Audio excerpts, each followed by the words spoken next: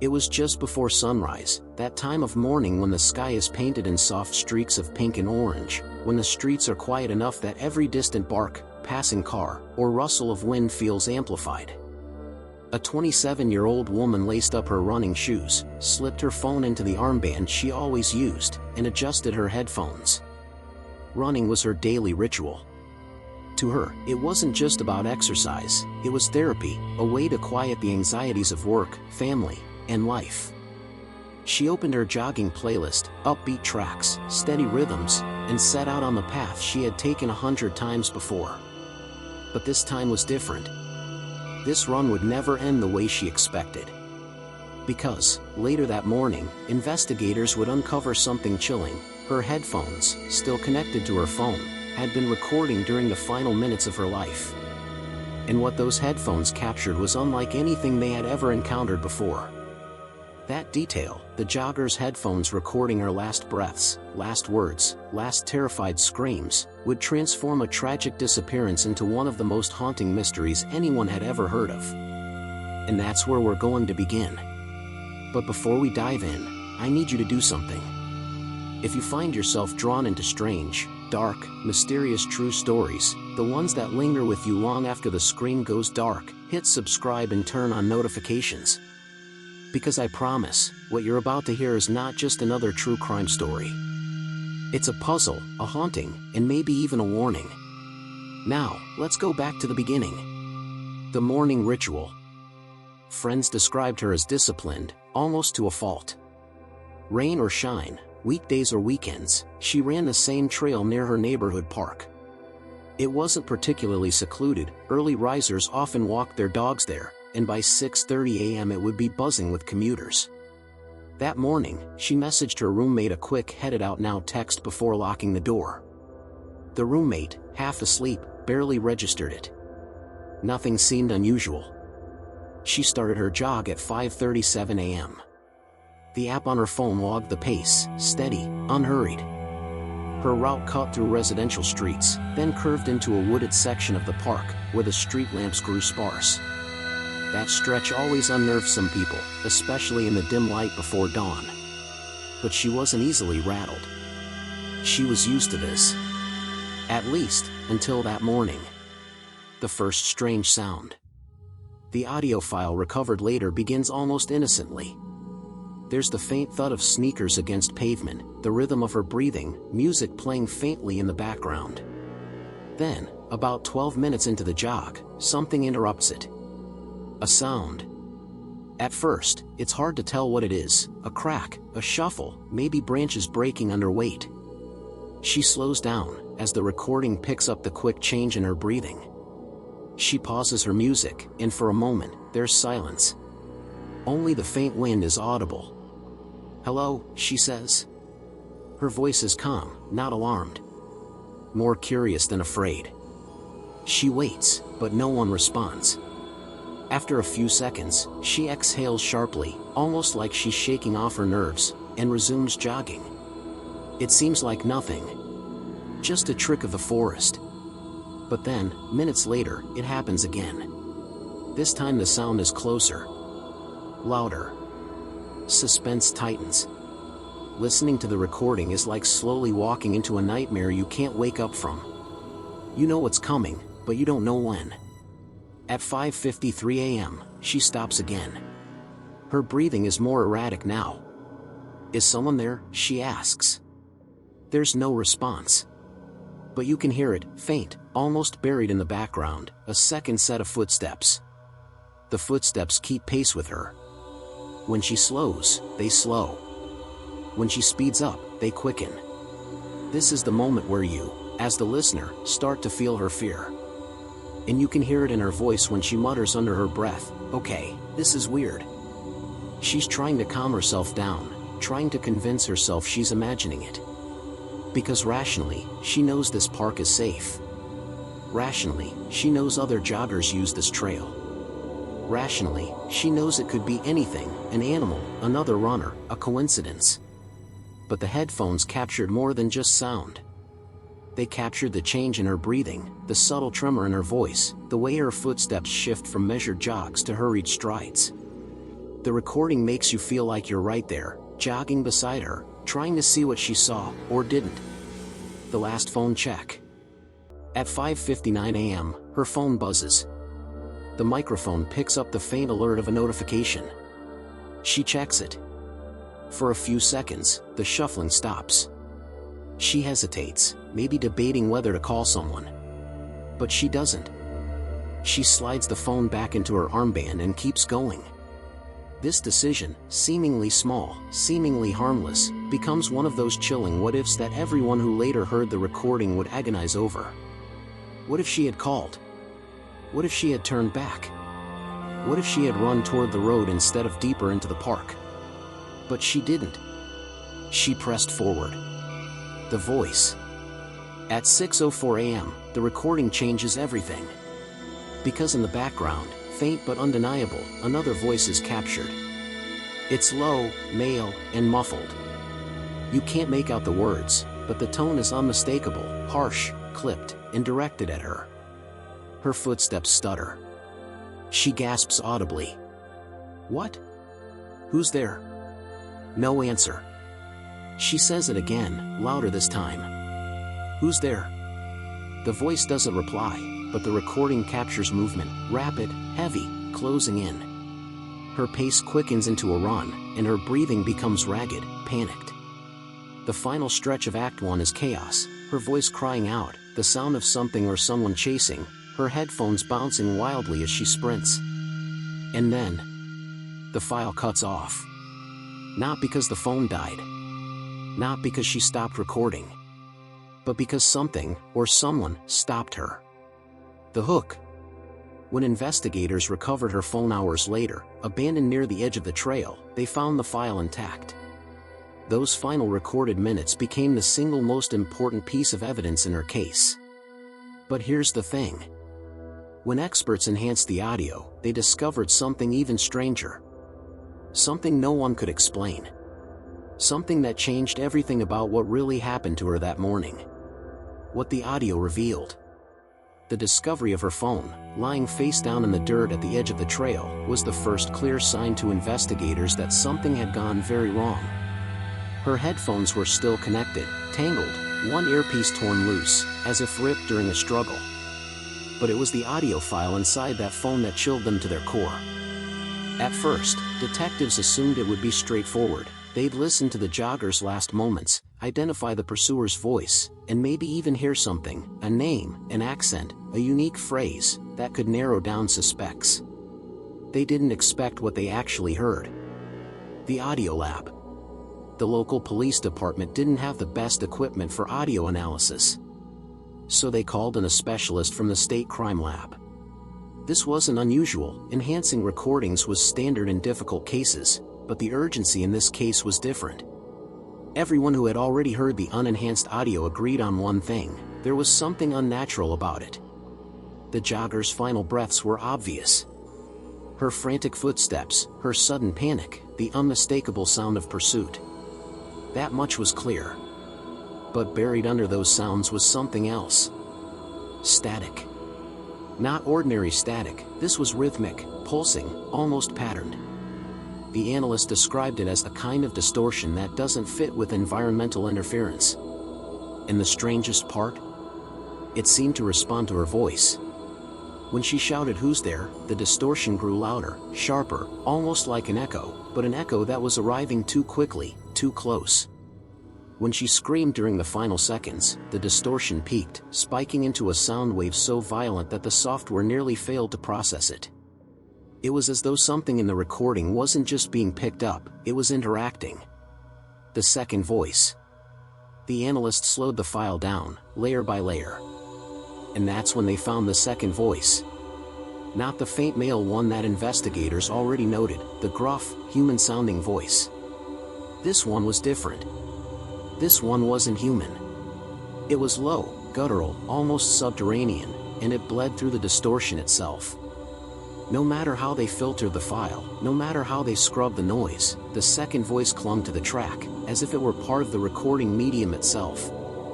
And what it said, or seemed to say, was horrifying. Over and over, in sync with her footsteps, it whispered a phrase. "Don't stop running." Investigators divided. When this finding was first presented, the room split in half. Some detectives believed the analyst had made a mistake, that the supposed voice was nothing more than audio pareidolia, our brain's tendency to find patterns and meaning in random noise. Others weren't so sure. Because the whisper didn't sound random. It repeated at precise intervals, almost exactly when her breathing hit its peak. It seemed tied not to coincidence, but to her. One detective reportedly muttered under his breath, "That's not pareidolia. That's something else." And if the idea of a non-human voice wasn't disturbing enough, what made it worse was this. The human voice, the male voice she responded to in fear, never appeared again on the enhanced track. To this day, no one can explain why. The roommate's testimony.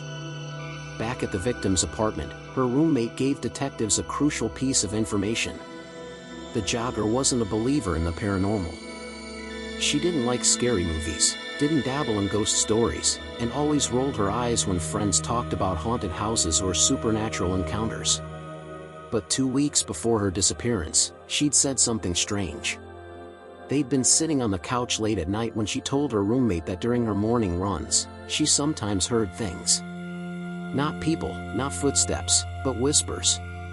She brushed it off as her imagination, or maybe her music glitching through her headphones.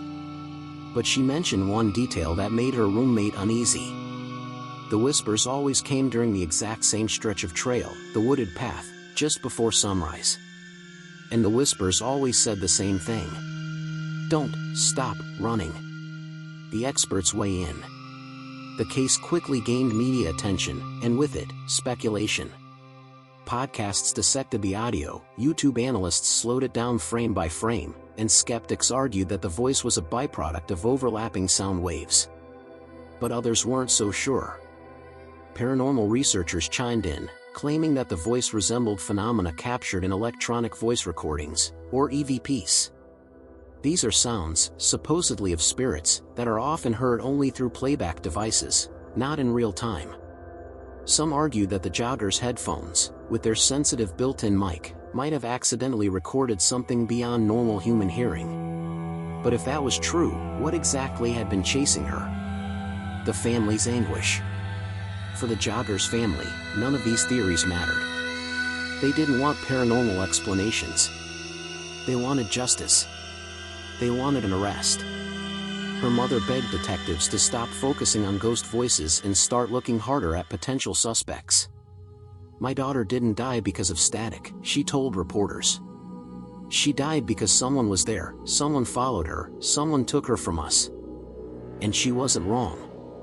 Because while the enhanced audio raised terrifying questions, it also masked a more grounded, but equally horrifying reality. If a man really had spoken to her on the trail, as the unedited recording suggested, then who was he? And why couldn't investigators trace him? The first suspect. That question led detectives to their first real lead. Several witnesses who walked their dogs in the park around the same time described seeing a man in dark clothing lingering near the wooded section of the trail. He wasn't jogging, wasn't walking a dog, wasn't exercising. He was just standing there, watching. One witness, an older man, claimed he saw the figure step into the trees just minutes before the jogger would have passed through. When police canvassed the area, they discovered something chilling: shoe prints in the dirt. They didn't match the jogger's shoes. They were larger, wider, and the stride indicated someone who had been moving quickly, almost running. The prints led deeper into the woods, before vanishing abruptly. No continuation. No exit. It was as if the person who made them had simply stopped existing. The chilling coincidence. At this point, the story was no longer just about a missing jogger. It was about a mystery that blurred the line between human crime and something far stranger. And then, just when the case seemed stalled, another detail surfaced. A runner from a neighboring town came forward. He claimed that weeks earlier, while jogging alone before dawn, he too had felt the sensation of being followed. He described hearing whispers in his headphones, words he couldn't quite understand. But the one phrase that did come through? "Don't stop running." He hadn't told anyone until the news broke, because he'd assumed it was a glitch in his music. But after hearing the Jogger's story, he realized it wasn't. The last 30 seconds of the Jogger's recording became the focal point of everything. When slowed to 1/10 speed, the analysts noticed something no one had before. Beneath her screams, beneath the distortion, beneath even the whispers, there was another sound. It wasn't a voice. It wasn't footsteps. It was a deep, guttural breathing. Almost like the sound of something inhaling right next to the microphone. And here's the part that froze everyone in that audio lab. The breathing didn't line up with hers. It was separate. Independent. And it continued after her voice cut off. Meaning, whatever was on that trail with her, kept breathing long after she was gone. The investigation turns.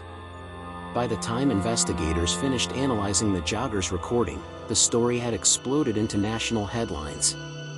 News anchors replayed the case's most haunting detail, the headphones capturing her final moments, over and over. True crime forums lit up with theories. Some swore it was a serial predator, a human hiding behind the veil of mystery. Others pointed to the whispers, convinced the evidence suggested something darker, something not of this world.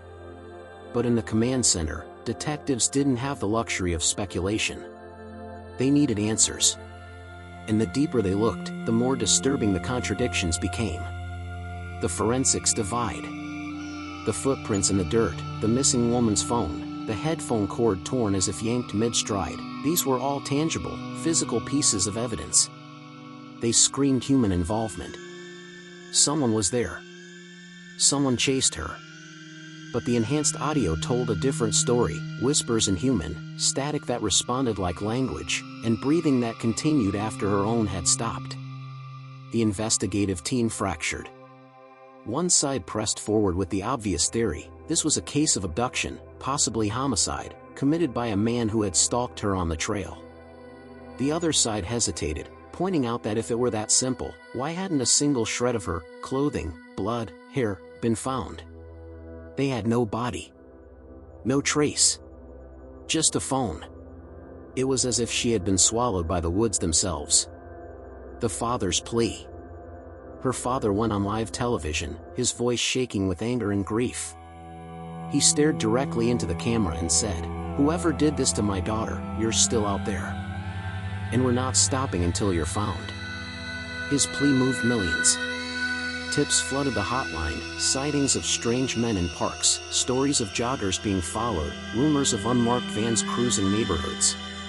But buried among the calls was one tip that stopped detectives cold. The second witness. A woman phoned in from the next county over. She said she hadn't planned on speaking up, but the father's plea compelled her. 2 mornings before the jogger vanished, she had been walking her dog on the very same trail. Just before sunrise, as she neared the wooded section, she noticed something unusual, a man standing perfectly still between 2 trees. She couldn't see his face, it was obscured by shadows, but she noticed something off about his posture. He wasn't leaning, shifting, or moving like most people do when they stand. He was rigid. Frozen. Her dog began to whimper and tug at the leash, something he never did.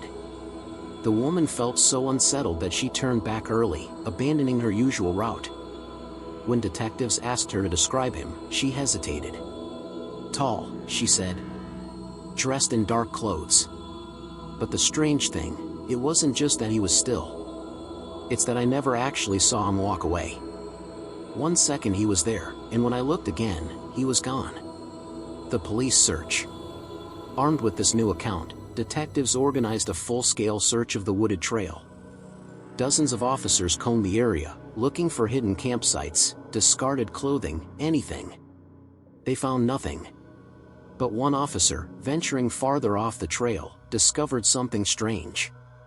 A section of soil had been disturbed, freshly churned, as though something heavy had been dragged or buried. Cadaver dogs were brought in, and for a moment, the entire team braced themselves. The dogs circled, sniffed, then stopped. They didn't alert. They simply froze, ears back, tails tucked, refusing to go near the soil. The handler, visibly shaken, said he had never seen them react like that. When the officers dug, they found no body. Just roots, rocks, and damp earth. But the feeling in the air, several reported, was oppressive, like being watched. The audio leak. Then, the unthinkable happened.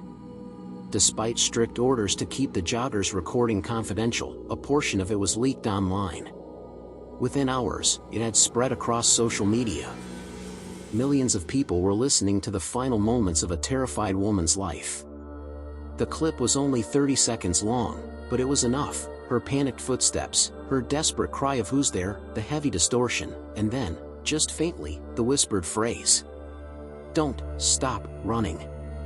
Reactions were immediate. Some were horrified. Others were captivated. But one reaction stood out, a flood of comments from people claiming they had heard that exact phrase before. Not on the news. Not from the case. But in their own lives. The pattern. One man wrote, "I was hiking last fall when my earbuds glitched. The music cut out, and I swear I heard a voice whispering, 'Don't stop running.' I thought I was losing my mind." Another posted, "I used to run cross-country in high school. Sometimes, when I was alone on early trails, I'd hear that exact whisper in my headphones. I never told anyone because I didn't think they'd believe me." And another, "I thought I dreamed it." The same phrase. Always right when I felt like someone was behind me. Detectives scrolled through the flood of testimonies with growing unease. This wasn't isolated. It wasn't unique. It was a pattern. But what kind of predator leaves the same auditory signature across dozens of unrelated people? Unless it wasn't a predator. Unless it was something else. The unseen stalker. Theories exploded. Some insisted this was the work of a sophisticated criminal, someone using audio manipulation to terrorize victims. Others pointed to folklore, the idea of spirits or entities that hunt runners, feeding on fear and exhaustion. But the Jogger's family, crushed under the weight of speculation, begged the public to stop with the ghost stories. "She was real," her mother said. "Her killer is real. This isn't a campfire tale." And yet, even the most skeptical detectives couldn't ignore what came next. Because when analysts revisited the audio one final time, they found something they had all missed before. The hidden layer. Buried so deep it required advanced spectral imaging, the file contained another anomaly. A shape. Normally, audio files show waveforms, jagged peaks and valleys representing sound. But this anomaly wasn't random. It was structured. It was symmetrical. When rendered visually, it resembled something impossible. A face. Distorted, elongated, hollow-eyed. Not human, but unmistakably watching. The analyst who discovered it refused to continue working on the file. He resigned the same day, saying only, "That recording isn't evidence. It's an invitation." By the end of the third week, investigators were no closer to finding the Jogger. The public was torn between believing she'd been taken by a man still hiding in the community, or by something much older, much darker, that had stalked her through the trees. And in the silence that followed her disappearance, one truth began to settle like fog over the town. Whatever had chased her that morning, it might not be finished. Because runners still reported whispers. Dogs still refused to enter the woods. And in the stillness of dawn, when the trail was empty, some swore they could hear it, faint, distorted, right behind them. "Don't stop running." The break in the case.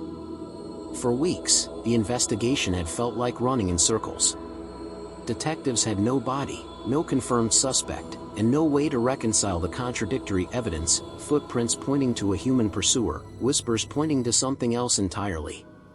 The Jogger's family was unraveling under the weight of grief and unanswered questions. And then, out of nowhere, a breakthrough landed on the desk of the lead detective. But like everything else in this case, it didn't solve the mystery. It made it worse. The anonymous package. It arrived in a plain manila envelope, unmarked except for the name of the lead investigator. Inside was a USB drive. No note. No return address. just the drive.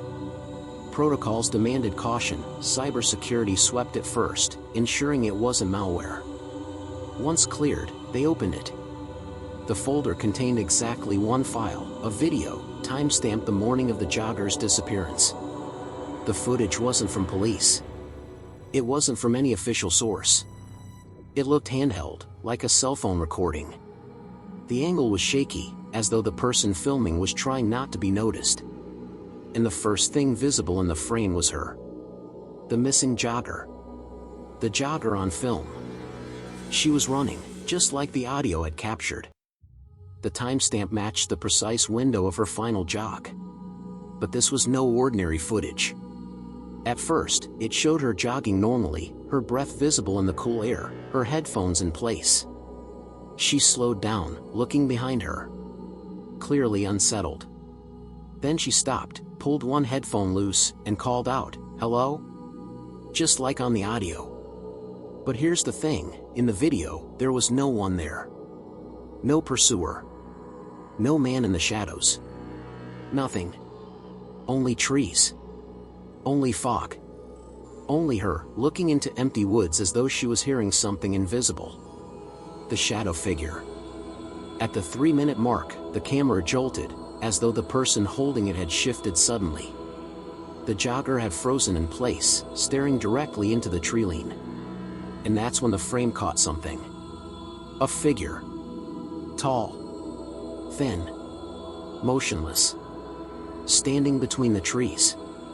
Its shape was human, but wrong somehow, elongated arms, head cocked slightly too far to the side. And though the jogger was clearly staring at it, the figure didn't move. Seconds later, the camera swung, and the figure was gone. Just gone. But the jogger screamed. And ran. Investigators rattled. Detectives watched the footage in silence, the room thick with unease. It was undeniable, the video corroborated the jogger's fear. Something had been there. She hadn't imagined it. But whether it was a man, a trick of light, or something else entirely, no one could say. Where the hell did this come from? One detective muttered. The question gnawed at them. Whoever sent this video had been there. They weren't just a witness, they had been close enough to film her final moments. So why hadn't they come forward sooner? And why anonymously? The family watches. Showing the footage to the family was agonizing. The jogger's mother broke down sobbing at the sight of her daughter's final moments. Her father stared silently, fists clenched, whispering, "She saw him. I knew she saw him." But when asked whether they recognized the figure, they shook their heads. "That's not anyone we know," her father said. "That's something else." The footage only deepened the divide. Half the team saw it as confirmation of a human stalker. The other half whispered that it looked wrong, unnatural, like the shape wasn't bound by normal movement. A forensic discovery. Digital analysts examined the video frame by frame. And just like the audio file before it, they found something strange. In one frame, just before the jogger screams, the shadowy figure isn't just visible. Its head turns toward the camera. Its eyes reflect. Not like animal eyes, glowing from light, but like mirrors, flat, silver, reflecting the world back. And in that reflection, for a fraction of a second, was the cameraman.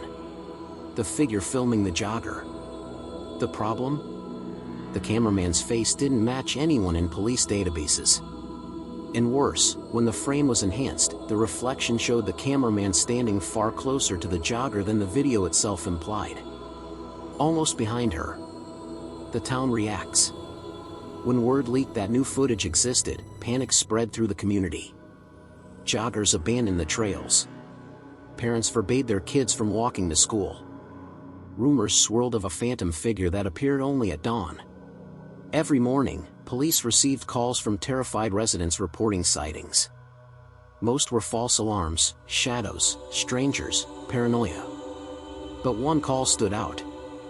A man swore he saw the figure at the edge of his backyard at 5:45 a.m. When asked to describe it, he echoed what the video showed: tall, thin, unmoving, with its head cocked unnaturally to the side. But when officers canvassed the area, they found something chilling in the dew-soaked grass. Footprints. Long, deep impressions, far longer than a normal human stride. They ended abruptly at the edge of the woods. The investigator's nightmare. The lead detective, exhausted from weeks of obsession, finally admitted something in a closed briefing. "I've been hearing it," he said quietly. "Hearing what?" "The whisper." He claimed that twice now, while reviewing evidence alone at the station. His headphones had cut to static. And in the static, he swore he heard the same words the jogger had. "Don't stop running." His colleagues dismissed it as stress-induced, the result of listening to the audio file too many times. But his pale face told another story. He wasn't just hearing it. He was dreading it. The unsettling realization. Piecing the evidence together, a chilling possibility emerged. The footprints. The figure. The whispers. The reflection in the video. What if this wasn't a case of man versus ghost? What if it was both? A predator using fear, hiding in shadows, leveraging something far older than himself? Or worse, something not entirely human, working through human form? The lines blurred. And the case, once thought to be about a single missing woman, began to feel like something much larger. Because now, multiple residents were reporting whispers. More witnesses claimed to have seen the figure. And the jogger's disappearance looked less like an isolated tragedy and more like the beginning of something spreading. By this time, the town is unraveling. Fear is no longer confined to one family, one jogger, one recording. It has become contagious. And investigators, caught between evidence that screams killer and phenomena that whisper entity, are forced to face an impossible question. What exactly are they hunting? Because whatever it is, it hasn't stopped. And it may already be watching the next victim. The haunting escalation. By now, the case was no longer confined to investigative files. It had seeped into the public consciousness, into living rooms, into the hearts of people who had never met the jogger but felt like they knew her. Her story wasn't just about a young woman who vanished. It was about the thing that chased her, the whispers that stalked her, and the terrifying possibility that it wasn't finished. And in the weeks following the release of the mysterious video, events began happening in the town that suggested the nightmare was far from over. The second runner. It was early morning, just after dawn, when police received a 911 call from a man who lived near the trail. His voice shook as he told dispatchers he had just seen another one. Another jogger, sprinting down the road barefoot, tears streaming down her face, her headphones dangling from her neck. When officers arrived, they found her sitting on the curb, trembling uncontrollably. She refused to go back near the trail. Her story sent chills through the department. She said she had been running the same path the missing jogger once took. Halfway through, her music had cut out, replaced by static. Then, just as before, she heard it. "Don't stop running." At first, she thought it was her imagination, a trick caused by hearing too much about the case. But then she felt it, footsteps behind her, heavy and synchronized with her own. When she turned, she saw him. A tall, dark figure, standing perfectly still in the tree lane. Watching. That was when she fled. The escalation of fear. Her story hit the community like a lightning bolt. This wasn't just history repeating, it was escalation. If the whispers and the figure had targeted one jogger, people could dismiss it as an anomaly. But now it had happened again. And worse, this time, the jogger survived long enough to tell her story. Her testimony aligned perfectly with the missing jogger's audio, the static, the whisper, the shadow in the woods. But what made her story different was this: she claimed the figure hadn't just stood there. It had followed. Step for step. Never running. Never slowing. Just appearing closer every time she dared to look back. The detective breaks. By this point, the lead detective was unraveling. The nightmares, the whispers in his headphones, the footage burned into his mind, it was all consuming him. His colleagues noticed the changes. He jumped at sudden noises. he refused to review the audio alone anymore. And sometimes, mid-conversation, he would freeze, staring at the corner of the room as though he saw something no one else could. Finally, he confessed to his partner. "It's following me." He claimed that twice in the past week, while walking to his car before sunrise, he had felt it, heavy footsteps behind him, the sensation of being watched. One morning, he swore he saw a figure reflected faintly in his rearview mirror. Tall. Still. Cocked head. But when he spun around, the street was empty. The folklore connection. Desperate for answers, investigators began consulting sources far outside normal procedure. Historians, folklorists, even paranormal researchers.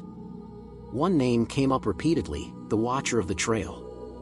According to regional folklore, dating back over a century, locals spoke of a shadowy figure said to haunt runners and travelers before dawn. Witnesses described whispers urging them to keep moving, or else. The pattern was always the same: the encounter began with sound, escalated to sight, and ended with disappearance. The Jogger's case wasn't the first. It was simply the latest. And maybe, if the folklore was true, not the last. The community panic. By now, the trail was abandoned. Police taped it off, but it didn't matter, no one dared set foot there. Stores pulled running gear from their shelves. Jogging groups disbanded. Parents began driving their kids to school even if they lived only a block away. People stopped walking dogs in the early morning. A curfew, though unofficial, seemed to settle over the town. Once darkness fell, the streets went silent. But paranoia has a way of feeding itself. Reports flooded in of sightings far beyond the trail, at gas stations, at playgrounds, even outside bedroom windows. Most were unverified. Some were outright hoaxes. But a few carried chilling consistency. The figure. The whisper. The sense that once you noticed it, it noticed you back. The survivor's warning. The second jogger, the one who survived, eventually agreed to a media interview. Shaking, her voice barely steady, she gave one final warning. It doesn't chase you like a normal person. It doesn't need to. It just appears closer. Every time you look back. And if you hear it whisper your name, run. Because I think that's when it's too late. Her words went viral, spreading fear far beyond the town. Suddenly, runners across the country began sharing stories of similar encounters: music glitching, whispers and static, tall shadows lingering in their periphery. The phenomenon wasn't isolated anymore. It was everywhere. The investigators' breaking point. One night, unable to sleep, the lead detective returned to the evidence board. He stared at the jogger's photo, the timeline, the enhanced audio file looping endlessly in his headphones. And then, in the silence between loops, he heard it again. "Don't stop running." But this time, it wasn't in the recording. It was behind him. He spun in his chair, heart pounding. And there it was, reflected faintly in the darkened window of his office. The figure. Watching. When his partner found him hours later, the detective was gone. His chair toppled. His headphones still looping static. And on his desk, scrawled hastily on a notepad, were 3 words. "It's with me." By now, the case was no longer a mystery confined to police files. It was a contagion of fear, spreading from one victim to another, growing stronger with each encounter. The jogger's disappearance had started it. The second runner confirmed it.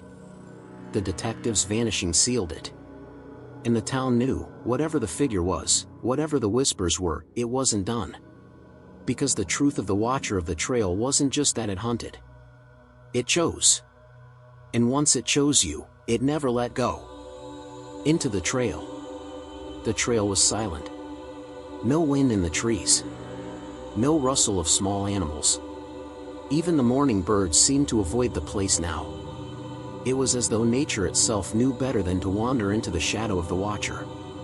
But on this morning, just before dawn, a team of investigators stood at its edge. They had debated for weeks. Some argued the case was beyond human reach, that whatever had taken the jogger and the detective belonged to something darker. Others, hardened by duty, refused to let it go unsolved. In the end, 3 men and 1 woman volunteered to enter the trail. They were armed with more than flashlights and radios. They carried state-of-the-art recording devices, thermal cameras, motion detectors. If the watcher was real, they intended to catch it. But deep down, each of them knew they weren't hunting it. It was waiting for them. The pact. Before stepping beyond the caution tape, the lead investigator, a woman named Captain Hart, gathered her team. "No one runs alone," she said firmly. "If one of us hears the whisper, we all stop. If one of us sees it, we don't look away. Do you understand?" They nodded, though their faces betrayed the truth. Not one of them truly believed they could hold to those rules once fear set in. Still, they crossed into the trail. And immediately, the atmosphere shifted. The air felt heavy, as if thick with static. Their radios crackled with faint distortion. And beneath the crunch of their boots on gravel, they thought they could hear it, an extra set of footsteps, faint, always just behind them. The descent. Half a mile in, the forest canopy swallowed the light. The team switched on headlamps, beams slicing through the dense mist that clung to the ground. The silence pressed against them, broken only by the occasional snap of a branch somewhere in the distance. They paused often, checking instruments. The motion detector would spike, then fall back to 0. The thermal camera picked up brief flares of heat in the treeline, gone before the operator could focus. Then, the first whisper came. "Don't." They froze. The sound wasn't from the radio. It wasn't from their headsets. It was in the air itself, like a voice carried on the mist. The youngest of the team swore, backing up against a tree. His breath came in ragged gasps. Captain Hart steadied him, forcing eye contact. "Stay with me. No one runs." But her own pulse was hammering.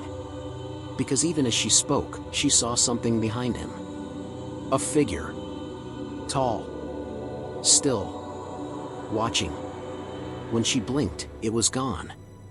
The footsteps. They pushed deeper, each step heavier than the last. And then came the footsteps. Deliberate. Measured. Matching their pace. At first, they thought it was an echo. But when they stopped, the sound did not. It grew louder. Closer. The thermal camera operator swung the device toward the sound. For a heartbeat, the screen flared white, something tall, humanoid, blazing hot in contrast to the cold forest. Then it vanished. And the camera shut down, screen fried with static. The operator dropped it, hands trembling. It was right there, 10 feet away. It was looking at us. Captain Hart forced the group forward. But with every step, the footsteps behind them grew heavier.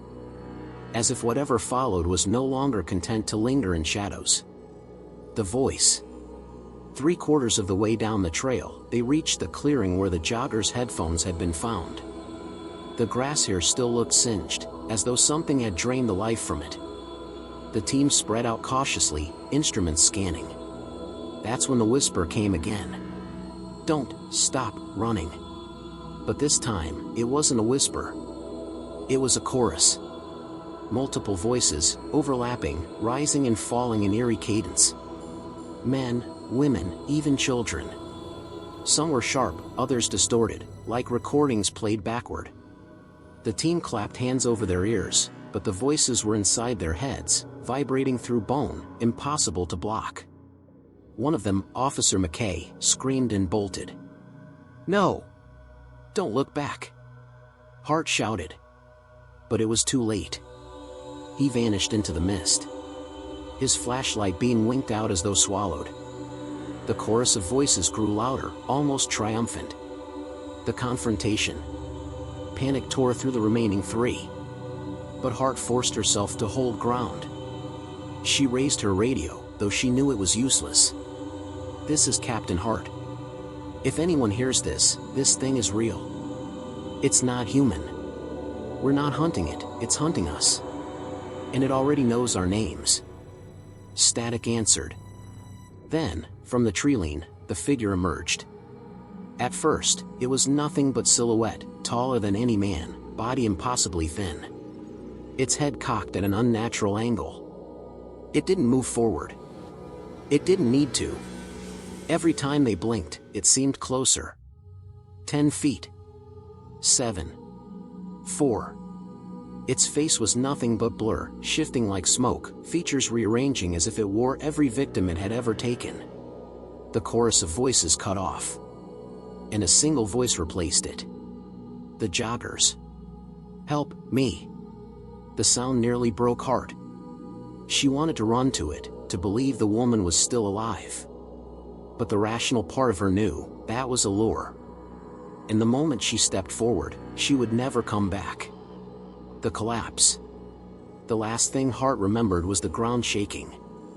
The air crackled like electricity.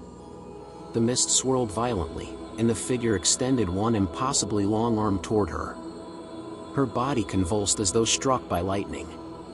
Her vision tunneled. The final thought before she blacked out was chilling.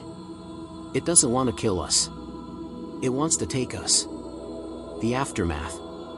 Hours later, a search team found Captain Hart alone in the clearing, unconscious but alive. Her 2 remaining team members were gone. No trace. No footprints leading away. No signs of struggle. Just gone. Hart was hospitalized, unresponsive for days. When she finally woke, she refused to speak of what happened. Except once. A nurse overheard her muttering in her sleep. It's still on the trail. Waiting. And now it knows we're coming for it. The confrontation confirmed what many feared. The watcher of the trail wasn't just legend. It was real. It could be seen, heard, recorded. But it couldn't be stopped. And the terrifying part wasn't that it had claimed more lives. It was that one person had come back. Because sometimes, surviving doesn't mean you escaped. Sometimes, it means you were chosen. The final silence. The town was no longer the same. By the time Captain Hart returned from the hospital, the trail had been sealed off permanently. Chain-link fencing wrapped around its entrances, warning signs plastered along the perimeter. But everyone knew it wasn't enough. Fences don't stop something that isn't bound by human laws. And the watcher of the trail had proven one thing over and over again: once it marked you, barriers were meaningless. Hart's return. For weeks, Captain Hart stayed silent. Reporters begged her for comment. Families of the missing demanded answers. But she refused to speak of what she had seen. Until one night. Alone in her living room, the glow of a muted television casting shadows across the walls, she recorded a statement on her phone. Her voice was flat, exhausted, but steady. "It doesn't kill," she said. "Not in the way we understand. It consumes. It takes. And every time it does, it grows stronger." That's why the jogger's headphones caught it. It wasn't a malfunction. It wanted to be heard. She paused, eyes flicking toward the darkened hallway behind her. And it wanted us to know. She uploaded the video to a private drive, shared it with one trusted colleague, and shut her phone off. The next morning, she was gone. No signs of forced entry. No signs of struggle. Her car was still in the driveway. Only her phone remained on the nightstand, recording a single file of distorted static. The spread. After Hart's disappearance, the phenomenon began appearing outside the town.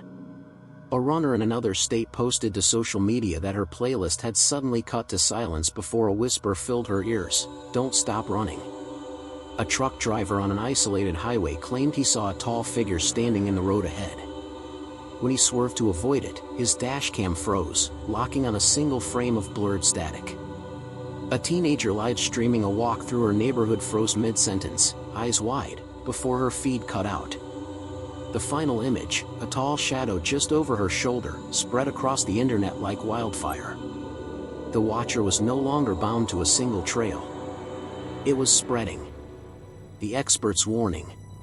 Desperate for answers, journalists reached out to Dr. Leonard Graves, a folklorist who had spent decades studying patterns of disappearance in rural America. His conclusion was chilling. "This is not new," he said. "The Watcher has gone by many names: the man in the trees, the silent follower, the dark one. Its pattern is always the same: it haunts a path, takes its victims, and then moves on." The Jogger's case was simply our first documented glimpse thanks to her headphones.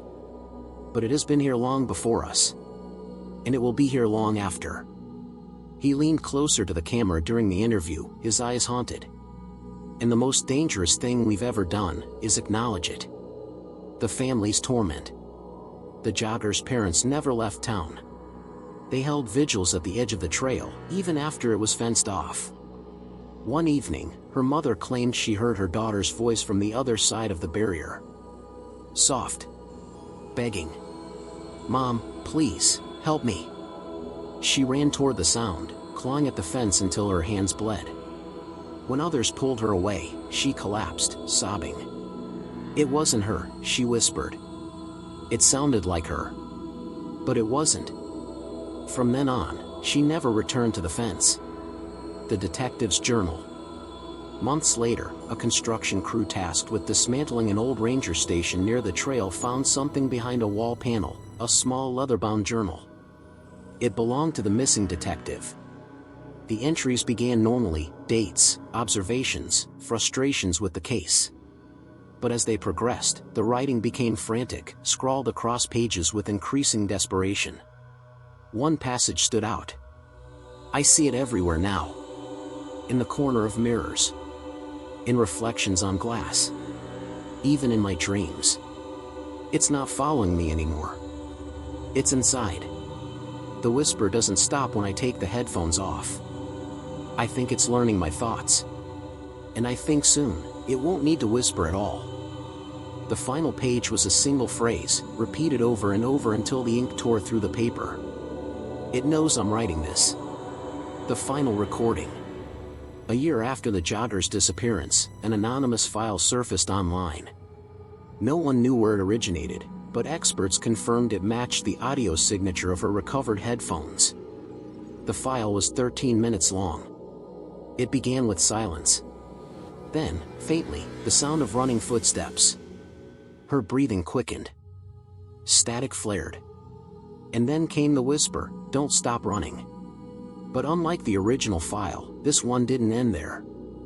The breathing slowed, then stopped. There was a faint sob, like a child crying. And then, for the final 2 minutes, dozens of voices layered together in a chilling chorus. Men. Women. Children. Each one crying out the same phrase. "Help me." Until, at the very end, a new voice emerged, clear, calm, unmistakable. The Joggers. "Now, it's your turn." The file cut to silence. The last image. The internet erupted in speculation, debates, fear. But one chilling detail emerged from the file's metadata. The recording had been uploaded not from the Jogger's town, not from the detective's city, but from a random public Wi-Fi spot hundreds of miles away. And attached to the audio was a single still image. A blurry frame. A wooded path. And at the very center of it, tall, thin, head cocked, was the Watcher. Closer than ever. And that's where the story ends. Not with closure. Not with answers. But with silence. Because the Watcher doesn't need to be explained. It doesn't need to be caught. It only needs to be noticed. And now, you've noticed it. So the question becomes, when your headphones glitch, when the static cuts through your music, when you hear that faint whisper, will you keep running? Or will you stop?